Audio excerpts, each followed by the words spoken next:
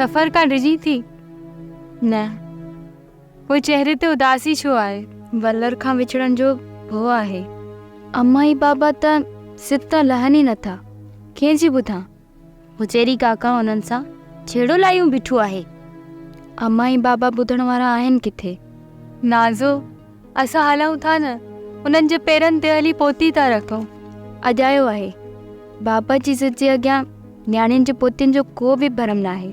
नाज़ा, तुंहिंजे विछड़ी वञण जो ॾाढो दुख थींदो। तव्हां त पंहिंजे वलर सां आहियो, सूर सले वठंदियो, पर मां त पंहिंजे वलर खां अकेली आहियां, कंहिंसां सूर सलींदसि? नाज़ा, पोइ तूं हिते रही पो न, छॾ अम्मा बाबा खे, असां सभु तोसां गॾु आहियूं। जन्नत आहे हुननि जे पेरनि हेठां, हुननि जे क़दमनि तां नज़र हटायमि त पोइ मिटी में मिलण खां पोइ कहिड़ो मालिक खे मुंहुं ॾेखारींदसि? हा नाज़ा, जेके क़ाबू ऐं क़िबलो हुजनि न, उन्हनि खे पुठी बि न ॾेई सघिबी आहे। हिन तरफ़ मज़ाजी खुदा खे वेंदे ॾिठो आहे, हिन तरफ़ क़िबला ऐं काबा आहे, विच में हवा जी थी मरियम बीठल आहे।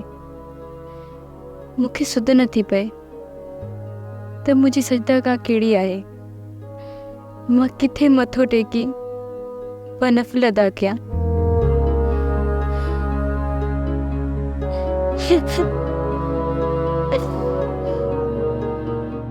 मुड़ यार हो तू मुड़, मां वरी बि चवां थो मुड़।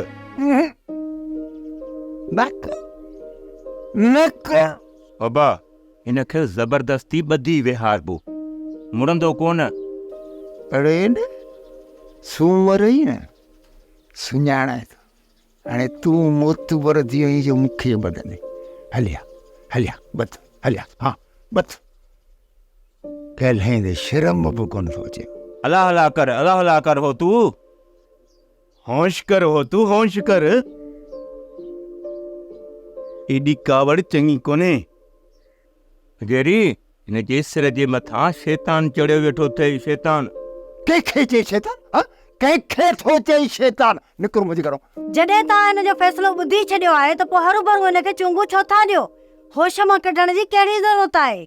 असांखे पंहिंजे हाल ते छॾे ॾियो। हाँ, मरो या बचो, सुखनि तरफ़ वञूं या मौत ॾांहुं वञूं, असांजो पंहिंजो फ़ैसिलो आहे। असांखे छॾे ॾियो पंहिंजे हाल ते। तव्हांखे मयार कोन ॾींदासीं, पोइ छो खणी एॾो ज़ोर वधायो अथव? माई खेरी, तू सही। असां हरू भरू होतूअ ते ज़ोर पिया लॻायूं। असां सम्झूं पिया त होतू असांजे घर जो भाती आहे, पर तो हिकिड़े ई लफ़्ज़ में असांखे त पराओ करे छॾियो। अॼु मूंखे ख़बर पइजी वई त असांजे दिलनि जे विच में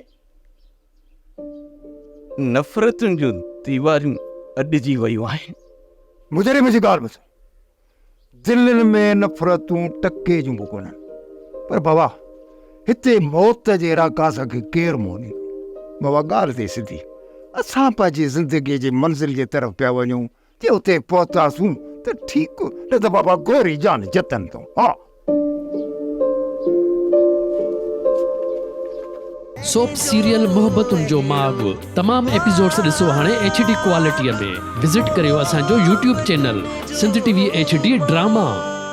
सब्सक्राइब कयो असांजो official YouTube channel Sindh TV HD drama ऐं वधीक अपडेट लाइ बेल आइकन खे क्लिक करियो।